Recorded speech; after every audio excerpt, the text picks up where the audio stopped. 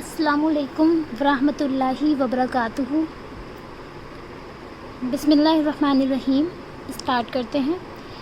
मैंने इससे पहले जो एक वीडियो डाली थी वो उसूल तिब से थी, जिसमें था कि अखलाक की पैदाइश। तो आपके एग्ज़ाम में ये सवाल आ सकता है कि तौलीद अखलाक लिखिए, तो तौलीद का मतलब भी प्रोडक्शन और पैदाइश होता है। तो आप लोग इस बात का ख्याल रखिएगा कि अगर तौलीद अखलाक से सवाल आता है तो आप वही वाला जो मैंने आपको लास्ट वीडियो में बताया है वही आपको लिखना होगा, ठीक है। उसूल तिब से भी आप देख सकते हैं। और पेज नंबर उसूल तिब का मैं बता देती हूँ जी, 59 एंड 60 पर दे रखा है वो पेज नंबर, ठीक है। तो तौलीद अखलाक है, यानी कि हेडिंग जो उसूल तिब में दे रखी है वो है अखलाक की पैदाइश, यानी कि अखलाक की पैदाइश के नेम से ही मैंने वीडियो बनाई है। लेकिन आप वो याद रखिएगा कि वो तौलीद अखलाक भी वही चीज़ है जो अखलाक की पैदाइश, यानी कि पैदाइश मतलब तौलीद प्रोडक्शन को कहते हैं, ठीक है। तो ये वाले आप वो वाली पूरा पैराग्राफ लिख दीजिएगा। और ये चीज़ भी, वो वाली वीडियो है वो भी बहुत इम्पोर्टेंट है। और अब ये वाली जो वीडियो मैं बना रही हूँ ये भी इम्पोर्टेंट है। इसका टॉपिक का नाम है कैफियत तौलीद अखलाक।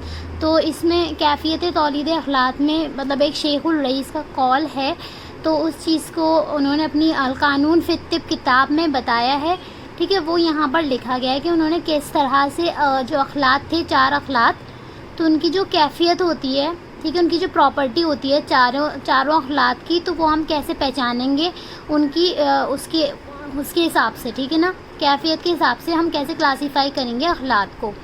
तो देखें, शेखुल रईस बुअली सीना ने अपनी किताब अल कानून फी तिब में इस पर काफ़ी गहराई से रोशनी डाली है। शेख लिखते हैं कि ग़िज़ा मुंह, मैदे व अमा से गुज़रकर जिगर की बारीक रगों में फैल जाती है।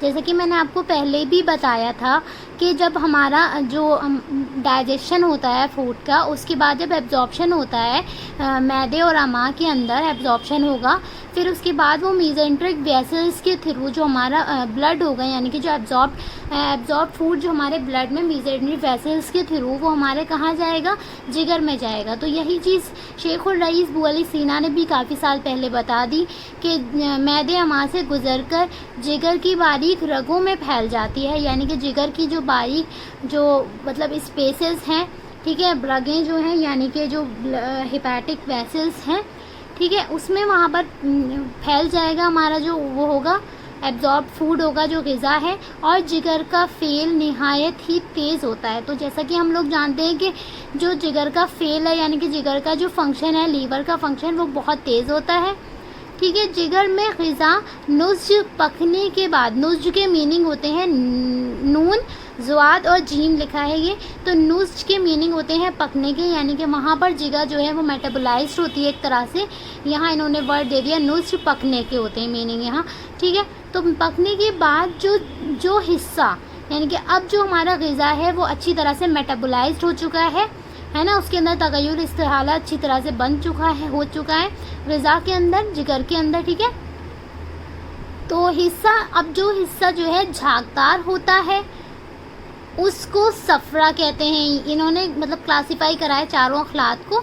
तो ये जो हिस्सा झागदार होगा वो सफ़रा कहलाता है, ठीक है। जो हिस्सा गलीज़ और तिलछट की मानंद होता है, यानी कि थोड़ा गाढ़ा सा होगा और इस तरह से जैसे प्रेसिपिटेट हो गया हो, तो वो हिस्सा जो होता है, यानी कि जो प्रेसिपिटेट और थोड़ा सा गाढ़ा सा, डार्क सा, ठीक है, डार्क होगा, तो गलीज़ और तिलछट की मानंद होता है, उसको सौदा कहते हैं, ठीक है। जो हिस्सा खाम यानी कि कच्चा, ये खाम लिख रहा है, तो जो हिस्सा खाम यानी कच्चा होता है वो बलगम कहलाता है, ठीक है। और जो चीज़ उम्दा और साफ़, तो उम्दा और साफ़ तो हमारा ब्लड ही होता है, यानी कि दम।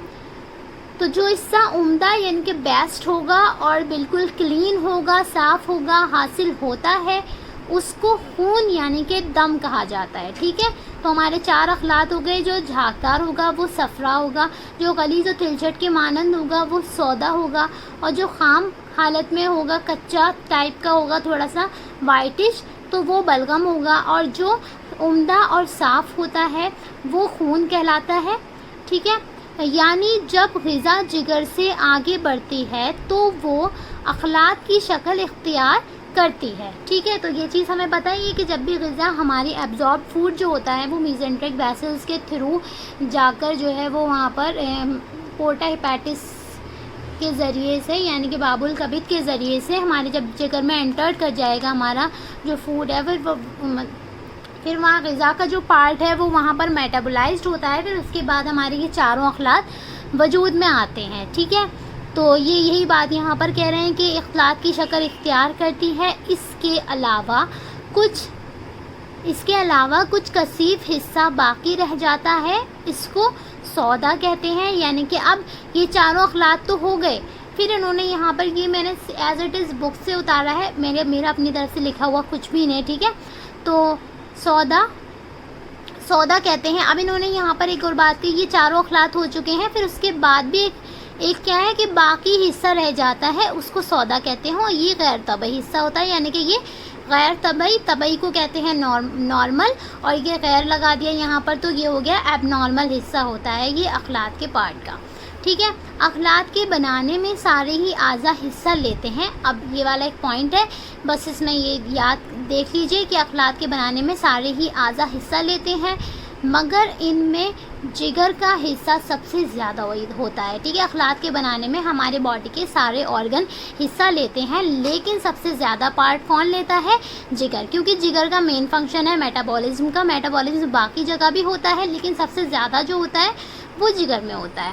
ٹھیک ہے, جگر کا حصہ سب سے زیادہ اور سب سے اہم یعنی کہ امپورٹنٹ ہے.